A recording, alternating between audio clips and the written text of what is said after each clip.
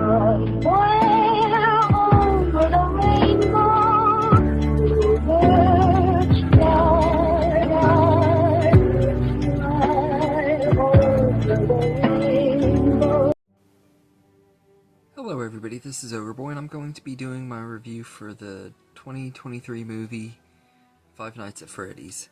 So this movie is directed by Emma Tammy, and in this movie, recently fired and desperate for work, a troubled young man named Mike agrees to take a position as a night security guard at an abandoned theme restaurant, Freddy Fazbear's Pizzeria, but he soon discovers that nothing at Freddy's is as what it seems. So I feel like this is a pretty good movie. I really like the story and the lore it built out. I'm not really familiar with the games and everything. I know a lot of people say that if you don't know anything about the games, you're not going to really like the movie as much and everything, because this was made and geared more towards its target audience, which I think is pretty cool and everything. Instead of trying to appeal to the widespread mainstream audience, they target the fan base and everything, and I thought that was pretty cool what they did with that there and everything. But even though I'm not really a fan of the games or anything, because I'm not a gamer, I don't play video games, so I don't have any knowledge on anything about the games. I do think that that's cool though that they did that, and even though I'm not familiar with it, I thought the story was intriguing and entertaining though, and I gotta say I did really enjoy this movie. Part of it too is the cast too. Two of my favorite actors who I feel are really underrated actors. Josh Hutcherson, who was a child actor when I was a kid and teenager, so I kind of grew up watching him and everything, and watching his career as it evolved and stuff. He was a big popular kid in the early 2000s doing Polar Express and Little Manhattan, Firehouse Dog, RV, which is probably my favorite movie of his. But it's a third. He was in a lot of stuff back in the day and everything, and then of course in the 2010s he was most known for playing Peeta in the Hunger Games. But it was great getting to see him in something again, because I hadn't seen him in anything in a really long time and everything, so it's cool getting to see him in a mainstream movie, because he mostly, I think, does independent movies and stuff.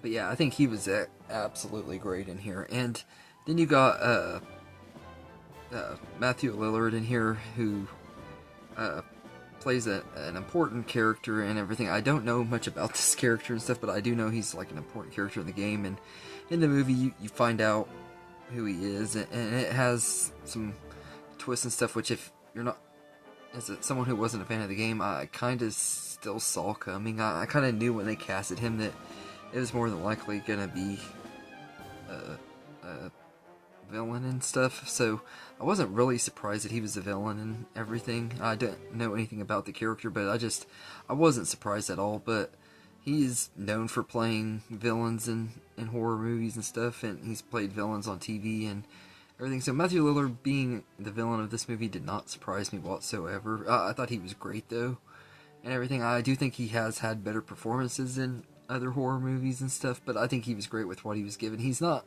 in this movie enough though. That is actually kind of a negative for me too, is like we only get a little bit of Matthew Lillard at the beginning of the movie, and then we get him at the end. We don't get enough of him and everything, and it's just that dude is such a great actor, and he's so underrated and everything. I love seeing him in big roles and stuff, but he does a lot of these supporting roles and stuff, but he was great in here and everything. Like always, he's another one like Josh Hutcherson, who's been one of my favorites since I was a kid and everything. I grew up watching his stuff too, like Scooby-Doo and Scream and 13 Ghosts and SLC Punk. Well, I didn't really grow up with that one. I didn't see that one until a few years ago, but there's a lot of movies that I grew up with from that time period and stuff. Summer Catch and some of the other ones he did with Freddie Prinze Jr. He's just one of those actors I've always really loved and everything, and when he plays villains, I love it. Like, this is not my most favorite performance of his as the villain and stuff, but him being the villain of this movie to me probably gave it an extra star and a half out of what am gonna give it and everything, because like I just really loved him in this movie, and I can't wait to see more of him. I hope he gets a much larger role in the sequel and everything, because he is a really, really great actor, and I think this character has a lot of potential and stuff. I don't know exactly what all they do with him in the games and stuff, but I'm intrigued to see what happens, and everything. But I think just having those two actors in here was enough to really keep me entertained. But I really enjoyed the story and stuff too, with Josh Hutcherson's brother, him trying to figure out what happened to him when he disappeared and stuff like that, trying to and he's like trying to fight to keep his sister and everything. I thought his whole story was pretty intriguing and entertaining and stuff, and he's a likable enough character and everything, so I thought that was pretty cool and stuff. And his character kind of reminds me somewhat of like an adult version of the character he played in Bridge to Terabithia, which is also another amazing movie, which actually I know I said RV was probably my favorite of his, but I think I'd have to say Bridge to Terabithia instead, because that movie was just, that movie is great. I'll have to talk about that one sometime, but yeah, I loved all that stuff with his character and stuff, and where everything led to and everything. Yeah, I think the ending was a little bit disappointing. You know, I felt like the showdown and stuff could have been done a little bit better and stuff, and I feel like the things just didn't feel right at the end of it.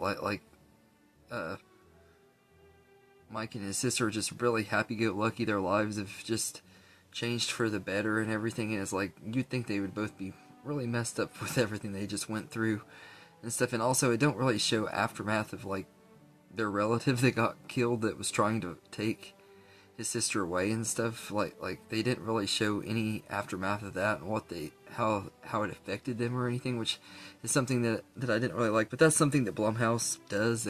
They'll kill someone's relative and then not pay it off. Like they did that with the Halloween trilogy too, except that was in two separate movies instead of the same movie. But they also did that in the first Halloween movie. Like the dad dies in Halloween 1, the one that's married to Judy Greer.